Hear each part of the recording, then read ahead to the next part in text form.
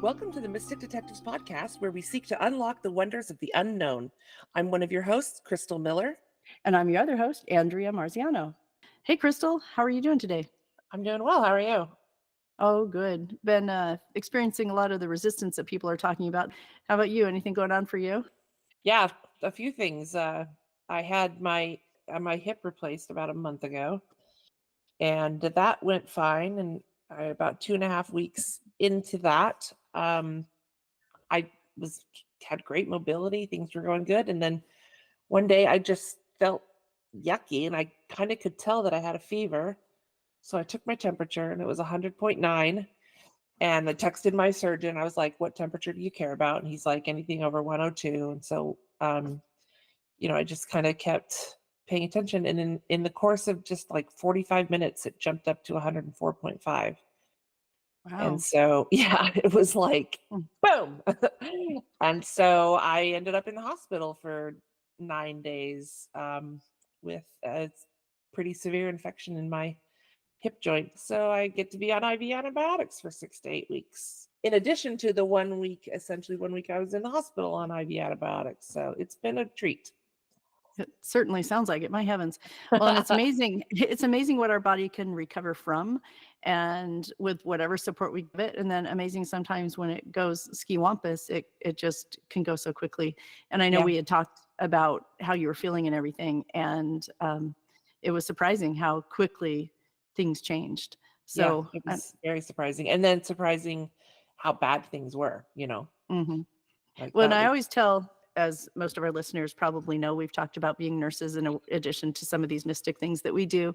And I always tell people to trust their feelings about this stuff because sometimes it's Mhm. easy to feel something and go, oh, it's not that big a deal, or tell somebody and they're like, no, it's okay. And if we don't trust ourselves, then things can go so much further off track. Because if you'd waited even a few more days, this Yeah. could have been catastrophic. Yeah. And so Exactly. yeah, and so it's another one of those opportunities that we get to trust ourselves and listen to our own intuition on things that can go skewumpus. So I know that myself and all our listeners, when they hear this, will be definitely sending you good juju on this and good healing and recovery from here on out. Yeah. Thank you. It's going Mhm. well. I've been out of the hospital I think I've been out for a week. Yeah. I Yeah, I was think so. discharged last Monday. So yeah, I've been out of the hospital for a week. Mhm. And I'm improving again. That's good. I'm really glad about Yeah. that. Yeah, me Well, too. so on with the show. We have a really special guest today, and I can't wait to hear all of the things that she talks about. And I'll go ahead and have her introduce herself right now. Thank you, Andrea and Crystal. So, hello, everyone. I'm Megan Leah. I am a psychic medium and hypnotist, um, energy worker, Akashic record reader, kind of all the things combined into one. And I'm excited to be here. So, Let's Yeah. do it. Hey, I was just noticing, Megan, on your Facebook page that it looks like you did an event recently with your reading skills, I believe. How'd that go? I did do an event recently. Yes, a friend of mine has been putting on radiant summits about once a month, trying to educate the local community more, kind of demystify things around, our spiritual practices and what we do. Any way we can educate them and get them more involved in that type of thing. So, that was the second one I have done at this point. My talk this time was about the Akashic records. That's great. It's really good, I think, to get out in the communities and talk about these gifts and skills that I think all three of us at least believe that everyone has to a degree, and they can embrace it or they can wait or they can never embrace it or whatever works. But I feel like bringing some of that clarity can assist people to at least not be afraid, right? Yeah, And feel comfortable with whatever it is that they do have, or if they experience it with someone else like you, they won't feel uncomfortable. And that to me, the first step of acceptance, I think, is the education piece. So I Mhm. love that. yeah, absolutely. People have a fear around a certain thing. It is just a lack of really understanding or education. this community here is pretty, there's a good mix. They're pretty open to begin with when it comes to the spiritual arts. But being in the South too, it is still the Bible Belt, and you Hmm. have, those two worlds we're trying to bridge the gap between. And Mhm. I think it's a beautiful thing. I've seen it more and more just in the last 4 years in my own practice too, and with my own family and friends, and people really wanting to understand it more, and be more open and receptive to what I do. So And I feel like people too are realizing what we've all been doing for so long just isn't really working. yeah, So what are some of the options? How can we right. get from point A to point B and feel good about things and feel positive about directions, even on the days that things are difficult? How at least for me, how do I bring more inner peace? And how do I settle in myself and then reach out? Because to me, that's a lot of what it's about. So I feel like each person who is practicing any kind of mystical, spiritual, universal gifts can really be a guidepost for people to get into the next step. So Sure. that's fun. Well, so tell us a little bit more about yourself. I know one of the topics we had planned to delve into a little bit more is hypnotism, but is there anything you'd like to bring up about some of the other skills and gifts before we go into the hypnotism? Yeah, sure. I really, thank you for asking. I, for a long time, didn't speak much about my story or history, but I feel it's really pertinent in what I do. It's just such a big part of who I am and how I've gotten to where I am right now. So I love to talk about it. I guess I've always had, well, not a guess, I know. I've always had these Mhm. gifts from a young age. I was very aware of spirits as a child, being able to feel them, see them, sense them around me in the house I lived in. I'm from a very small town in rural Ohio. So I grew up in an old farmhouse that was built in the late 1800s, and it was pretty active with spirits, I will say. Some nicer than others, for sure. Mhm. So yeah, just kind of being in that environment from a young age, it was interesting, to say the least. I didn't really know how to deal with what I was experiencing. I didn't understand everything I was experiencing, the level of sensitivity I had, and being able to feel all the things on top of my home life.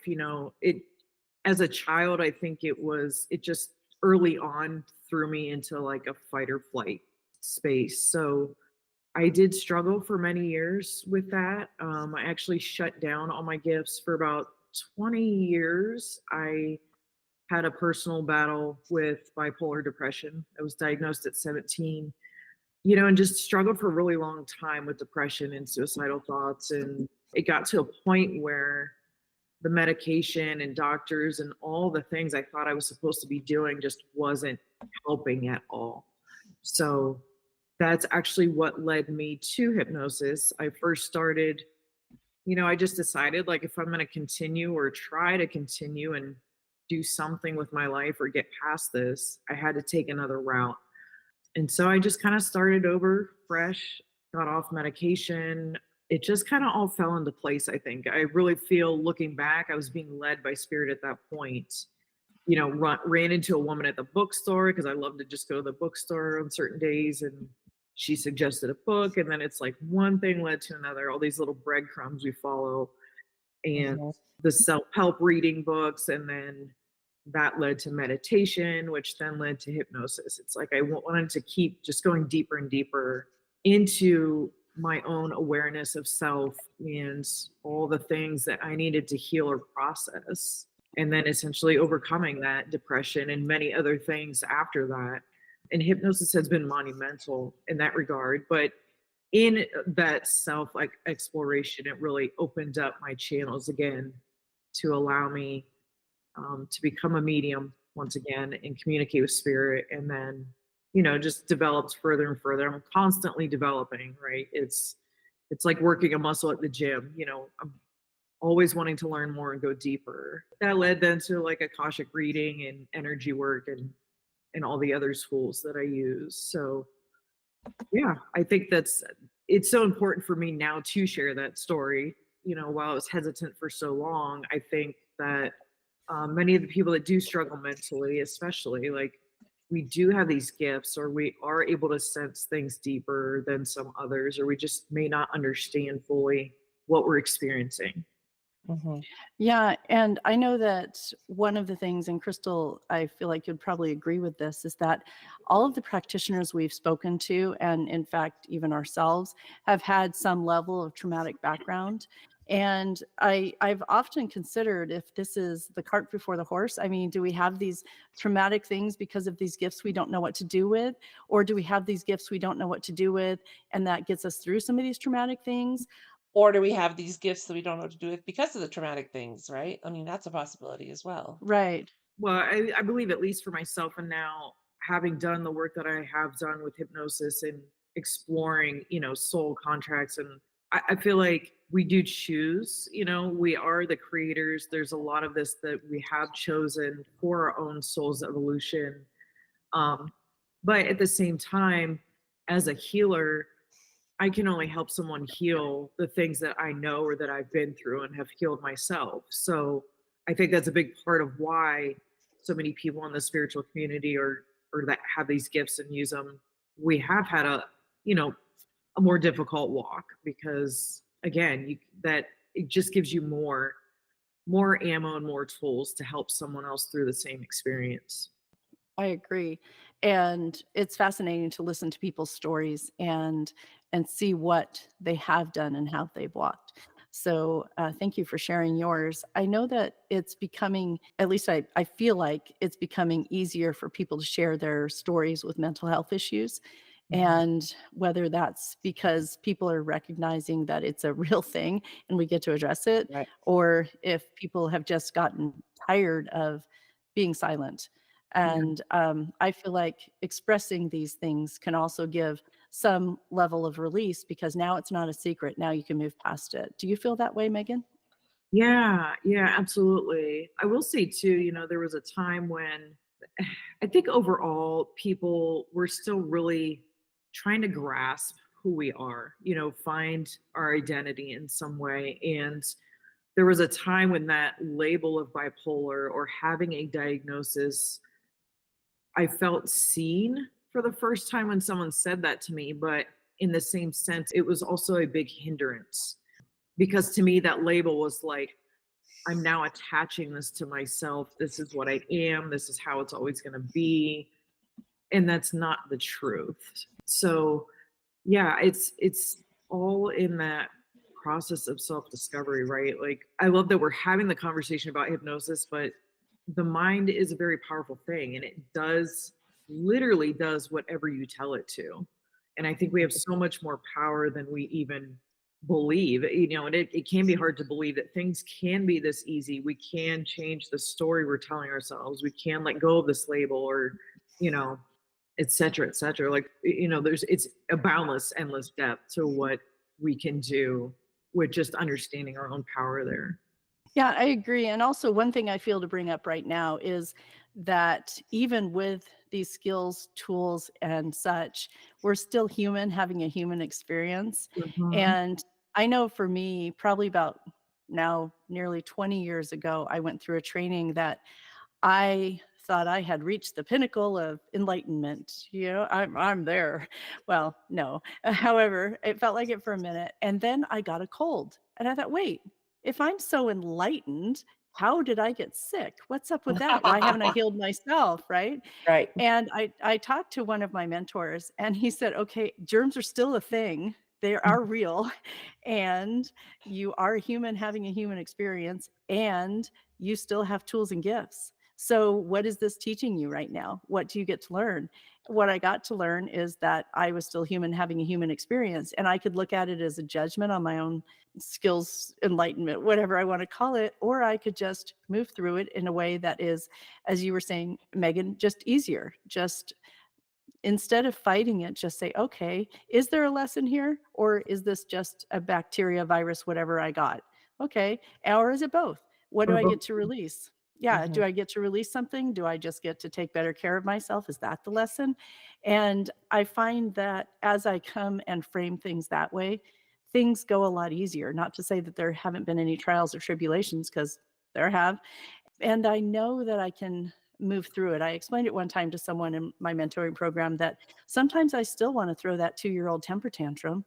However, I do it and move on, as opposed to sitting in it for months and months or whatever. And so to me, that some of that forward progress is sometimes I don't feel like I'm floating on butterflies every day, and I feel like I have the skills to decide how I'm going to approach something, even if it's a difficult situation. What do you ladies think about that? Does that make sense? Yeah, yeah, absolutely. I think it's good. Like the 2-year-old temper tantrum is necessary. I feel, Yeah. have the tantrum, right? It's not about just ignoring our feelings, right? And just trying to be rainbows and butterflies all the time because it's not reality. It's not life. We do have a gazillion emotions that as humans, we are here to feel, and it's just a matter of allowing yourself to feel it and shake it off. But it is you also have the choice. Years ago, I used to sit in that space and just ruminate on how depressed that I was and how unhappy I was. And happiness is a choice also. And that's how it's easy to get sucked into that kind of victim space. The more you tell yourself a thing, the more true it is. So it really just becomes like a good balance of being able to feel the emotions and process them, but also knowing I don't have to stay in this space. I can change my mindset at any point. I can tell myself self another story or change or rewrite the story. Mhm. Yes, it's a monumental, like it's huge in shaping who we are or who we become, but we can always reshape that. We can let go of those things and you know, how can we look at it? Perspective, it's all perspective, right? Like, where can I see the good in everything I've been through and what, the person it's made me or where I am now and how I'm able to help others. Something that struck me when you said that about, happiness is a choice. I know for me, and probably for a lot of people, one of the choices I actually make toward happiness is kind of the opposite of the way that you went, Megan. And that's not to say that either one is right or wrong, because I think it depends on the person. But for me, one of the choices I've made to choose happiness is actually to stay on my antidepressants, right? To actually take them and to let them work for me. And that is because I got so deep into depression that I had suicidal ideations. I mean, I was down to the point where I actually had two plans and I couldn't decide which one would be less traumatic for my children. And fortunately for me, my sister recognized it and helped me, to get the help I needed with mental health professionals, etc. I love that there's this, that it looks different for everybody. You know what I mean? Mhm. And for me, and again, I'm not advocating one way or the other for each individual. I'm just saying to choose happiness, choose what works for you. Because for me, I feel like I had no reason to feel suicidal. It was genuinely just a chemical imbalance. And so I choose to, balance my chemicals Mhm. that way. And that's another way, I guess, of choosing happiness. Yeah, yeah. I was that person too. There was for a long time, like, I need this, I Mhm. can't function with it. And that's very true. I had gone through so many different cocktails of medications and I found myself in the same place over and over. Mhm. Looking back, and I would have been the person that got super offended by how I'm talking right now. I really would have. Right. Um, Looking back, however, there's just so many things that go into mental health that aren't discussed enough as a medium as well. One of those things being other energies. I had a lot of them around me. And again, like years ago, that conversation, I would not even have had it, would not have even been open to it. I just know since opening my channels and the things I've experienced or seen from doing mediumship or hypnosis, both really, energy's energy. And when we're vibrating or sitting in a place of those lower emotions, like attracts like. So Mhm. I very much believe that as well, too, that we can attract spirits and other energies that aren't really beneficial to us and Mhm. hold those. I think it's amazing that we have all the options that we do. Mhm. And so that's wonderful. So on Yeah. that note, let's delve into the hypnotism a little bit. What can you tell us about hypnotism, Megan? Sure. Wow. Hypnotism is where should we start, right? But I mean, yeah, the history of hypnotism goes back to the, early 1700s. Like anything does, right? It just kind of starts as an experiment of sorts, but hypnotism has been monumental for me in so many ways. And again, it's just there's such a vastness to the mind and the subconscious and all the things we can tap into. It's always been around. I feel like it's been used way more than people even realize that we've been using it. Hollywood kind of makes it seem very woo and scary and you're being controlled and all these things. And that's not at all accurate. I always tell people when they come to me, everything that you need is already within you. And it's just a matter of me helping facilitate for that to come out, for you to be in a safe space where you're open to receiving the information. I don't do so much of a clinical hypnosis per se. For me, affirmations are huge, and I used affirmations honestly a lot in overcoming my depression. That was a big part of that. But for me, it's like, if someone comes for weight loss or smoking, can you help me stop this? Well, sure, we can, but let's look at why.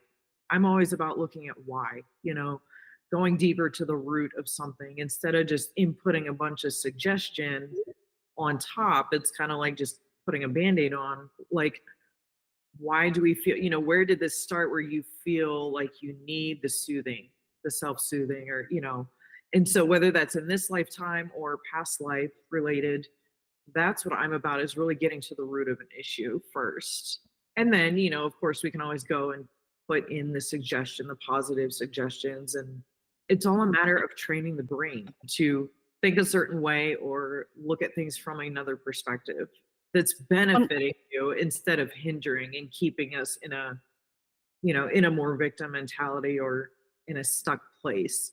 Going back to the depression thing, there's one thing I want to mention though, is I heard someone say once that depression is soul suppression. And I feel that is so true. Like that really hit home for me the first time I heard that.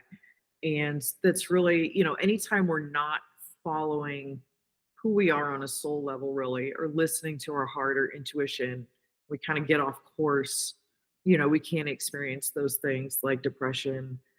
But that's kind of my goal too with hypnosis as well. Like, yes, it's really fascinating. It can be very woo. I've had clients off exploring lifetimes on other planets. It can be great like that, but there is always a deeper meaning there and something, whatever needs to come forward at the time, like is what you're going to see. just so our listeners know that Megan did a hypnotism a session with me. Mhm. And it was really awesome. So Megan, will you sort of set it up for the stages? So when we met, you talked to me about a few things and then you set it up so I knew what to expect. Let us know what that can look like. Mhm. Of course, yeah. So a session with me, and again, there's so many different types of hypnosis. So it really depends on who you're seeing or what type of hypnosis they perform. There are the more clinical side of things, and then there's, the more metaphysical, I would say, or spiritual woo side of hypnosis. Not that you can't do both. To me, I've over the years taken all the tools that I have, whether I'm doing a reading or a hypnosis session, I combine everything I know, whatever is best in my toolbox to get the most out of a session for my client. Whatever they need is important to me. So the thing is, hypnosis is not, you're not asleep, which is a big misconception, first and foremost. It's the sleep of the nervous system. So you are still coherent to where I'm speaking with you. We're communicating back and forth. It's like, if you've ever been in like a lucid dream, I would say is what it's similar to. We all experience hypnosis multiple times a day, whether you're aware of it or not. It is that space right before you wake up in the morning where you're kind of half awake, but kind of not, that in between the dream and waking states, or when you first go to bed at night. If you've ever found yourself just driving down the freeway and you miss your exit because you're just zoned out on the highway, like that is hypnosis. So it's nothing to be afraid of for sure. It's not anyone controlling you. Everything that you need to see or that it's going to come up is already in your mind. So the way I do it is once I put someone, I do the induction to get you into a really comfortable, relaxed state. And then I just allow my client to go wherever the session is leading them. So you will start seeing things or hearing or experiencing a scene. Whichever scene is most appropriate is what's going to come up first. So we're just revisiting a scene. And again, that can be a scene in this lifetime or it can be a past life related scene. And I just have the person describe to me what they're seeing. When I first started this, it was really dependent on the client describing what they're going through and talking back to me in order for me to navigate them through a session. Now my gifts have expanded to the point where I'm able to see what you're experiencing too. I can just tune in and see that, which makes it easier for me to guide you through. But it is a very intuitive type of session, which is what I love about it. Very much opposite from the clinical side of hypnosis. So yeah, well, I would just talk to you, guide you through each scene. Why are we looking at this scene? Why is this coming up? What do we need to get from it? I really am a proponent too of trying to help people see things from a different perspective. If there's a particular event that happened in life that was very traumatic and we end up looking at this scene, who's the other person involved? Can we go back even further to another lifetime and see what the relationship is there or where the karma may have been, may have started, where we need to work out a certain thing between two souls, right?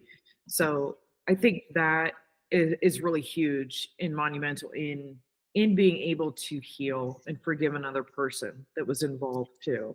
Well, and on our session, I found that to be true, Yes. where you had brought me to, as our listeners are hearing you say, it's not really a sleep state.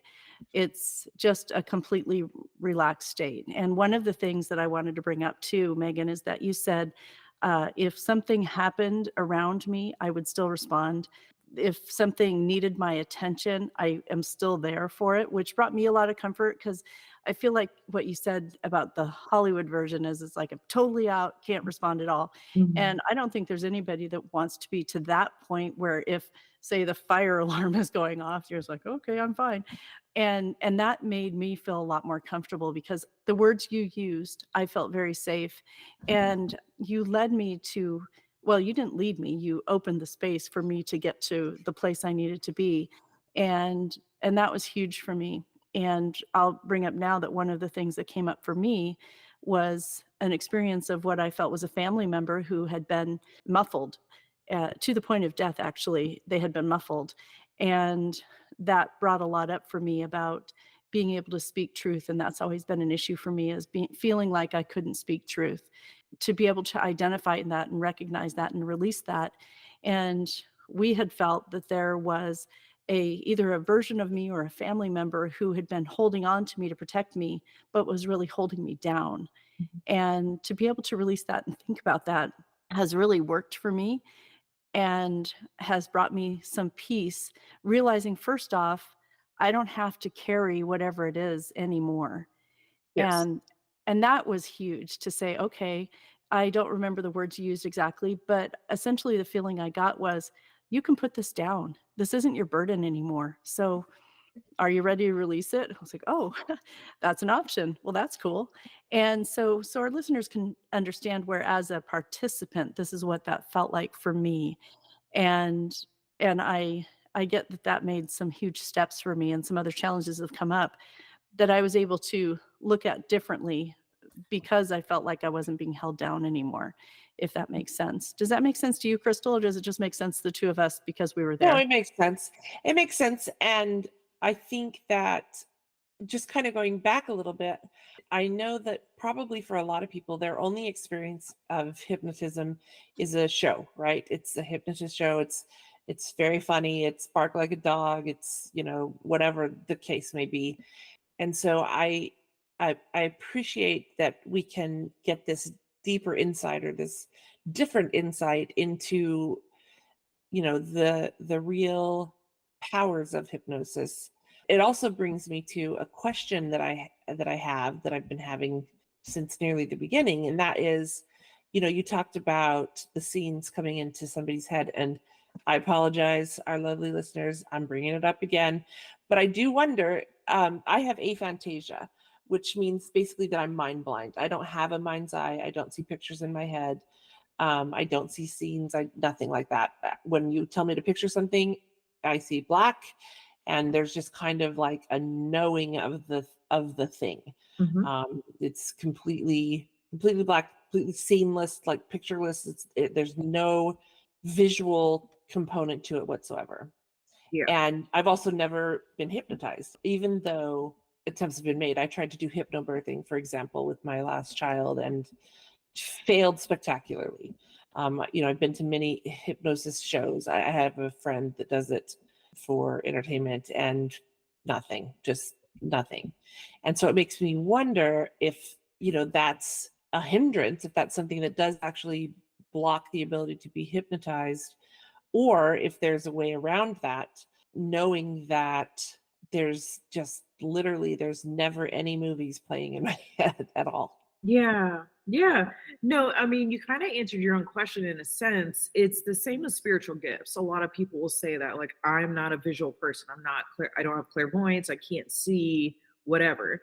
But Hmm. it's however you receive the information is perfect for you, whether that be just a knowing, a deep knowing, or feeling like I feel this way. I just have a knowing that there's someone here with me, Hmm. hearing any other form of senses is perfectly fine, because you're not the only person that doesn't have those visual. um, Yeah, I'm for sure not. yeah, yeah, and so no, that absolutely would not hinder someone. My only thing that would hinder a person at all would be your level of trust with the practitioner. Hmm. Because essentially, again, I'm not controlling you. I'm not doing anything to you. We're just tapping into your own mind and what's already Hmm. there. We're just bringing forward what's already there. So that's a huge thing for me is you're not going to have a good experience if you're not with someone that you feel, you have this level of trust with where you feel comfortable opening up. Stage hypnosis is great. It's great for entertainment and whatnot. But as you mentioned, yeah, hypnosis can be so much more than that.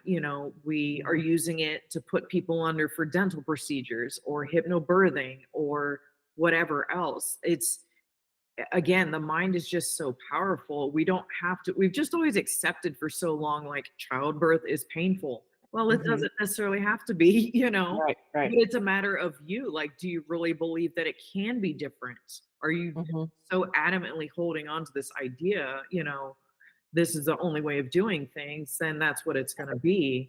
But no, I would say the only thing hindering a person, and it is true, like, there's right brain people and there's left brain people. Like, we have to find what works for the person. But the Hmm. only thing hindering a person from going in trance really would be themselves, and my question would be, what are you really afraid of looking at, or what are you not wanting to see? Or, and again, I tell people this all the time too, like, we can have certain memories or traumas in our life, and a lot of times we completely shut them out. We just suppress Hmm. them, Hmm. don't even remember them. It's not going to be the first thing that comes up. you know Hmm. you will never be confronted with something, or your mind's not just going to throw something in your face you're not prepared to look at, is my Hmm. belief. I had Yeah. processed a lot of things in my life before a certain event had resurfaced. I Hmm. just, because I wasn't ready to look at it yet. So Well, yeah. and that's what I tell my clients in the mentoring program because I use some techniques that are similar in that we go back to the experience they had. We don't relive it, but we talk about before, we rewrite it, and then we talk about where they go now. And people get concerned that what if they can't? I said, your body and your brain won't let you. And if you start to get into that space of fear or discomfort or whatever, then we step back until you're comfortable again. And then Hmm. we start again. And it's like layers. You get to approach them as you're prepared. And I feel like that and the way you're describing it really assists the person to know, okay, I will deal with what I can deal with, and we can go a little further each time. Now, some people can dive just right in, Mhm. and and then and deal with a whole bunch of stuff. And some people, it takes a minute, it takes some time to get there. And one of the things that I was laughing about when we were talking is you said that when people have the spiritual gifts that are open, that people can get to a place a lot more quickly. Mhm. And what have you experienced with that, Megan? Oh, yeah, it's interesting you bring that up. I love doing sessions on anyone. Anytime I can help someone or have the chance to help someone overcome anything, I love it. But yes, I will say working with spiritual people or people that practice energy work already, it is a very different session. It's just really quick. With a typical person, I'm kind of really holding their hand and guiding them through and well, let's go back and look at this, and it takes a little longer because they are and there's different levels of trance, and you can tell when a person's really deep because they're responding really slowly, and I'm kind of having to pull information out a bit, but I also use my own energetic tools to bring them up a bit too. So I'm at a point now where I can really kind of adjust the level of trance or help them to get them where they Hmm. need to be. I will say I think that people that have a lot of trauma or things to heal, it's much easier to move quicker through a session and get more done in a lighter trance state, which would be more of an alpha state, as opposed to theta in a deeper state. But yes, with people that do energy work and healers, it's just fantastic. I have a friend who's also a psychic medium, and before I even ask, well, let's go back to this other life. She's like, I'm already there. It was 8 lifetimes ago. Like, already describing the scene, and I'm like, this is great. I don't even really have to do my job, but it's Yeah. great. It's like you're both kind of there together, seeing the things, and just it's a lot more fast. And one of the things I wanted to bring up that you've not yet mentioned is that this can be done in person or virtually. And our session was virtual. Yeah. And I think that's important to mention. Would you explain that a little bit if you can? Absolutely, yeah. So when I first started hypnosis, I studied quantum healing hypnosis technique, which is Dolores Cannon's.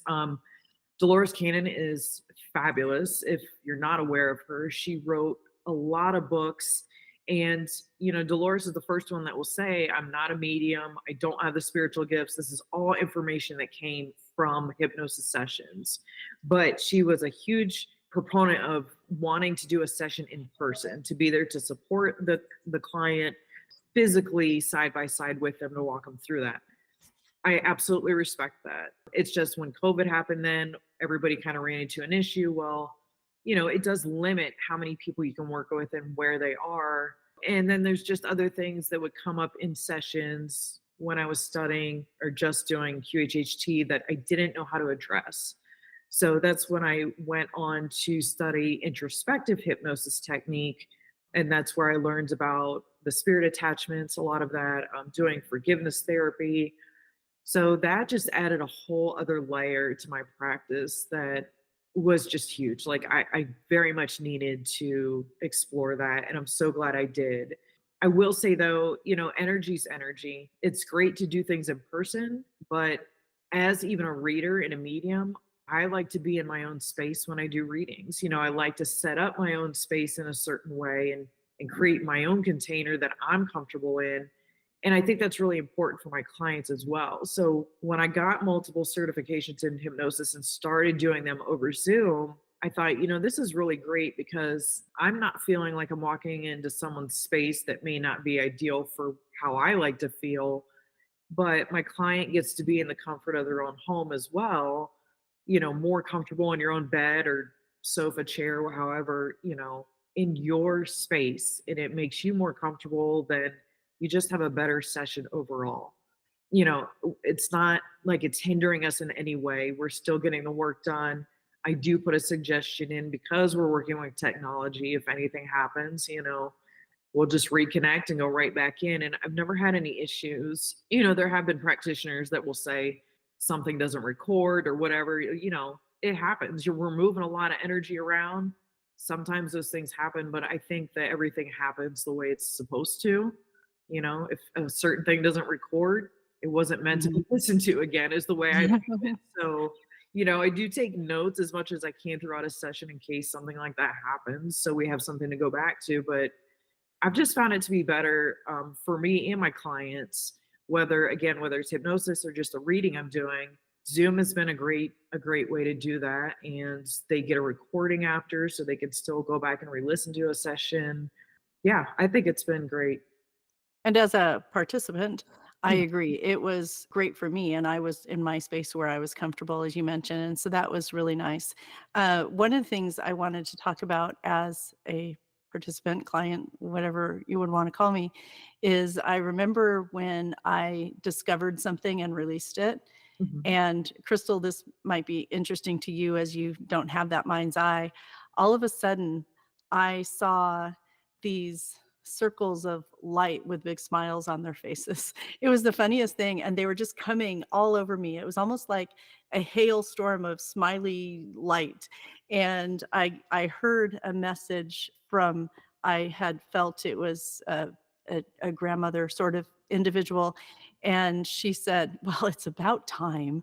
And, and not in a way like, "What's wrong with you?" But just, "Thank you. Yay, we're so happy for you." And then these whole smiley little things came down on me, and that was a really amazing experience, and it felt like, to me, it was a confirmation that I had reached a point in that moment, not to say there's no more, but in that moment, I reached a point that was a big shift for me, and I just remember laughing, crying about it, that it was such a sweet moment to me to feel that energy of celebration. And I'm sure people experience these things differently. And how do you know, Megan, when a person has reached a place of release, even if it happens maybe more than once? Can you tell the difference in a person? Oh, that's a really good question. I can actually, and I a lot of times I feel it before they will even be aware of it. And I do tell people this as well because, when you had said before, like you're correct, there are so many layers to us, right? So I think even personally, when I first went into a hypnosis session for myself, I was a bit surprised. I thought I was a little underwhelmed, like was expecting a lot more to happen. I don't know. I think it's just a lot of it is your expectation going in. But I think as humans, we want such instant gratification too at the same time. So it's like we're expecting all the miracles to happen all at once, which isn't really going to be the case, right? Like we have to work through these layers. I tell people that a lot too. It's not just what you're doing in one session at the time. It's like you'll notice over time too, how am I responding or reacting differently? What has shifted in my personality? How do I feel lighter? Which is a big part of that too. The saying, when the student is ready, the teacher appears. Like once I had learned about spirit attachments and releasing spirit attachments and, doing cord cutting and all that thing, it's like that would show up in my hypnosis sessions all the time where there's other energies there that need to be released. And people really do, like, you do feel it. And I will actually start to give people a little bit of a forewarning.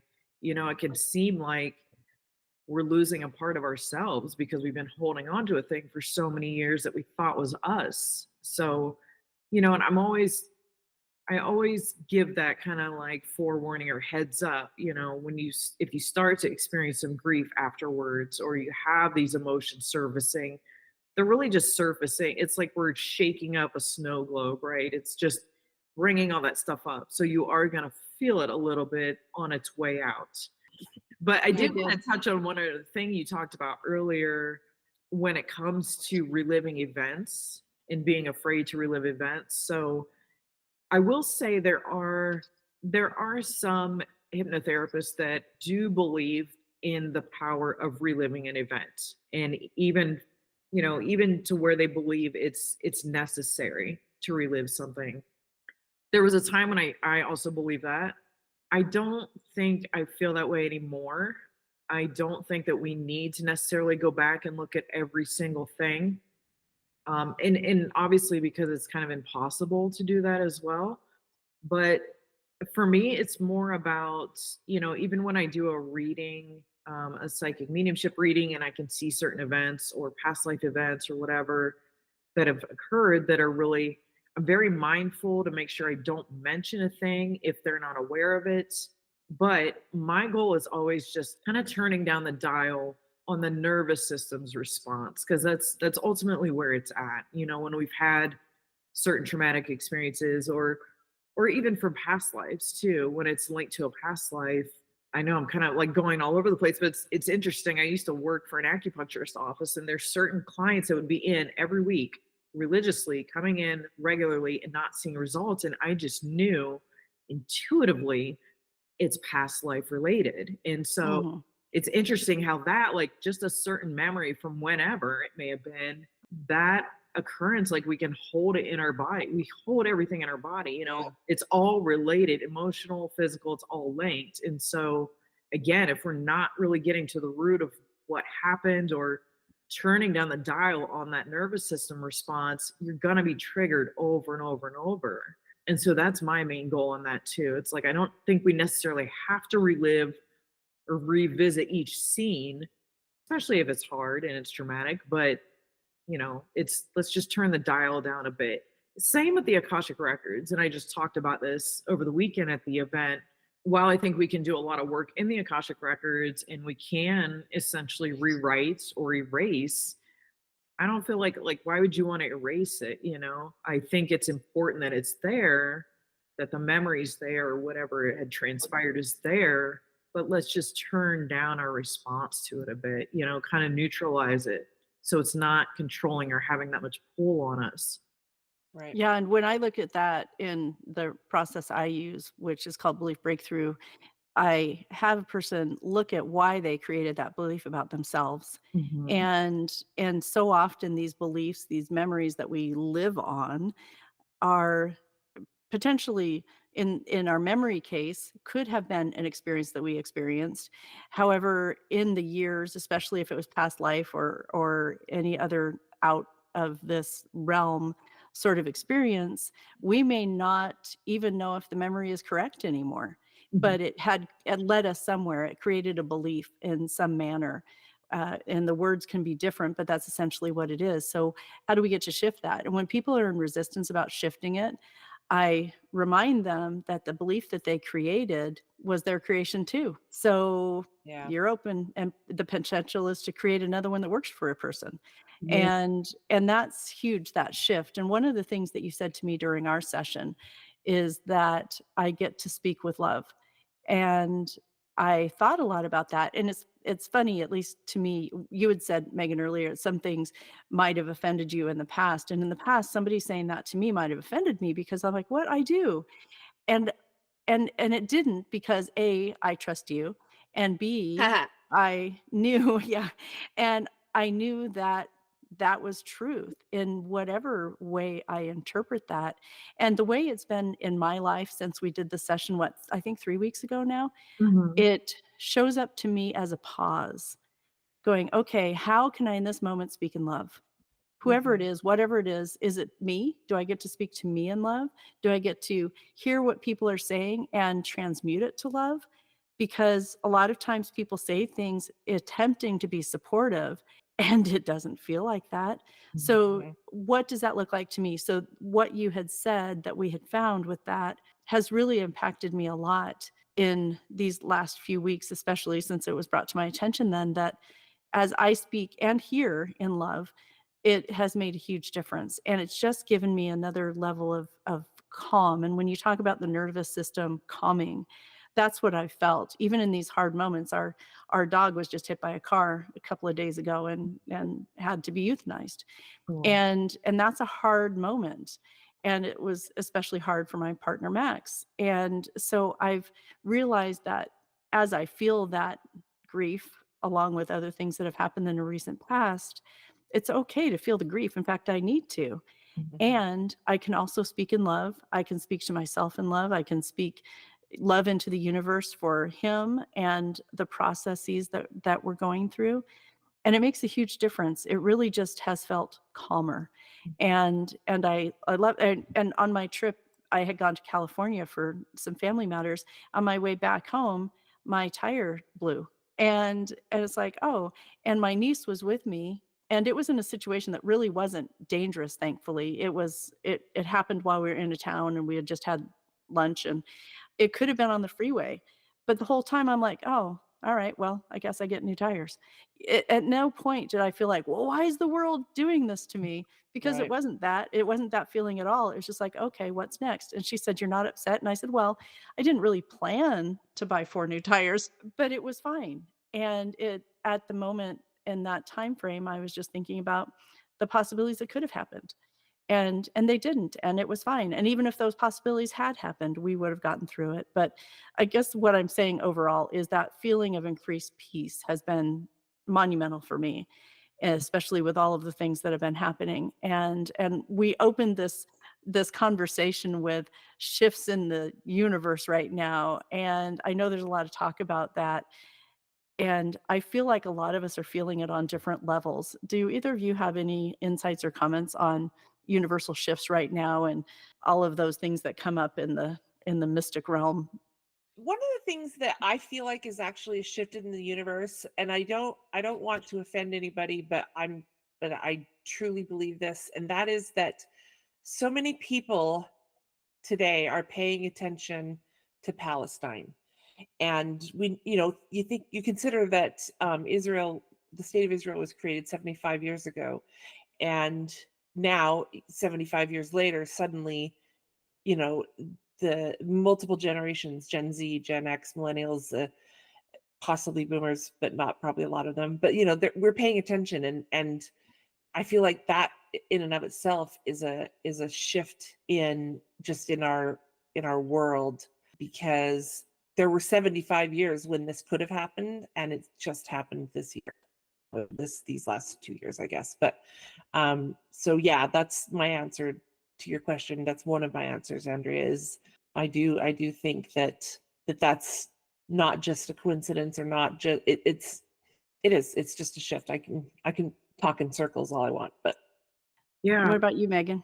I mean, yeah, I think, the only constant in life is change, right? So we're Mhm. always going to have some sort of shift. And, there's a lot about the spiritual community that it kind of gets under my skin as well. Again, I think it's like we have to be mindful of where we give away our power. mhm, It's easy to get caught up. I know I've definitely done that myself, where you get caught up in, there's this or that happening planetarily, so I'm feeling a certain way and whatnot. But we always do have free will, and we have full autonomy, and you're responsible for you and your energy. And I think we're not going to see shifts globally on a large scale until people start looking in the mirror and doing the inner work, and having that,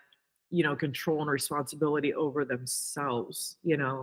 But it does go back to the whole, hypnosis, self-healing, all the things. Like, I never would have believed this years ago, but I think we are the creators. And no matter what occurs in our life, like, yes, we can stop and look at it and be angry and life is happening to me. Or we can look at it from the perspective of, I in some way co-created this experience, no mhm, matter what that is or how hard it was. And why did this occur? What did I gain from it or learn from it? Or what was needed for me to learn from it? Again, it's all a matter of perspective and how you choose to see the experiences. It's not random to me.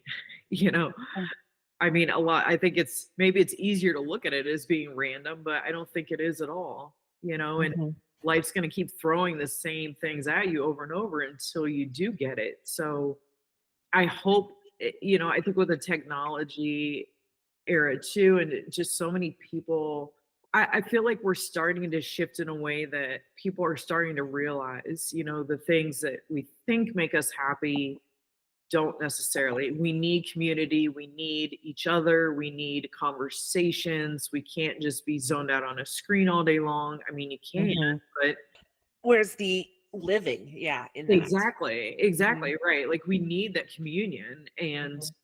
it's interesting. I was at an event yesterday where there was line dancing going on, and there's so many people just crowding on this dance floor and line dancing and having fun together. I'm like, this is really what it's about, anywhere where Yeah. we could gather and have fun and dance, and that is what life is about. And it's not just, it's easy to fall into that trap of feeling like, well, I'm basically, just kind of doing the day in, day out, working to pay bills, to survive, to whatever. Like, your life doesn't have to look that way.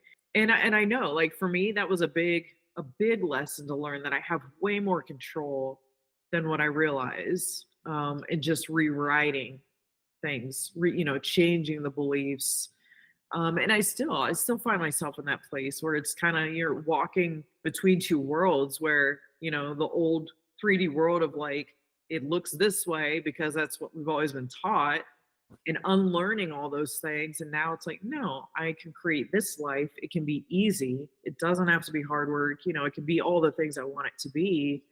And truly knowing that, and just watching the miracles play out. And the more we practice that and do it, it gets easier and easier, and it shows up more. And then, it's just amazing. But everything starts in the mirror. And I really hope that we are starting to get to a place where we do desire that older way of living, where things were simpler and we had the community. And it's easy to stay in flight all the time, I suppose, and just keep avoiding things and being on our screens and not looking at ourselves. I think a lot of people see that as easier, and so we don't want to do the hypnosis, or we don't want to really explore ourselves. Like, there definitely has to be a willingness there, but at the same time, it's just a whole bunch of walking active volcanoes, really. Like, Yeah. at some point, and the shit is coming up, it's coming out.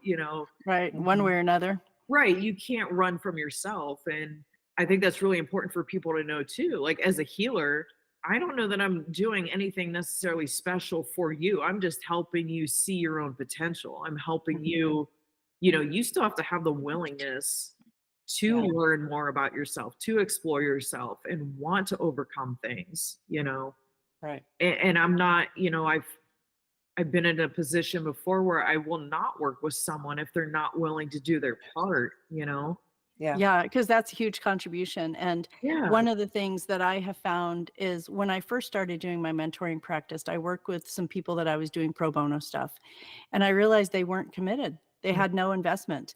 And even if it's a small investment, whether that means it's a physical trade, like they come and do something around the house or something like that, or a financial thing or some other kind of energy exchange, if they have no skin in the game, there's no commitment, there's no change, and they may or may not really even care. Because a lot of times I found when I was doing it, I was promoting my own agenda because I'm like, I can fix you. No, I Yeah. can't. Yeah. and and without that commitment, as you say, it can go nowhere. In fact, it can take people backwards, I believe, Yeah. because then they just have another thing that they failed at, if you will, or even just didn't commit to, which can bring some of its own baggage. So I stopped doing that. And I have arrangements that I make sometimes, but very rarely anymore, because it just takes that whole level of commitment away that I feel like I was robbing them from the opportunity to commit. Mhm. Yeah. Yeah. I think, for me too, it once I started down this journey, it almost became a bit obsessive too. It was like, oh, let's go deeper and deeper and deeper. And Mhm. so I think that's kind of, we can fall into that trap too, where we always feel like there's something there, like we need fixing, or, like, we're not broken. It's just a matter of unlearning all the things that you were taught, or the beliefs that were instilled in you, which was someone else's, that just Right. put on you.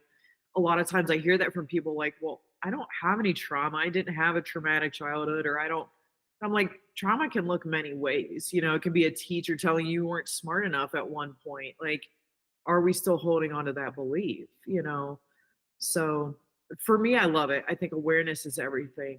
And the more aware you can be of yourself, then you're more aware of other energies around you, and all the things. And it really does shift your whole experience here on Earth. Like, it's not an easy place to be. It's a dense planet, it's heavy. It can be Yeah. really heavy at times, but I love that, I choose to see the beauty in that.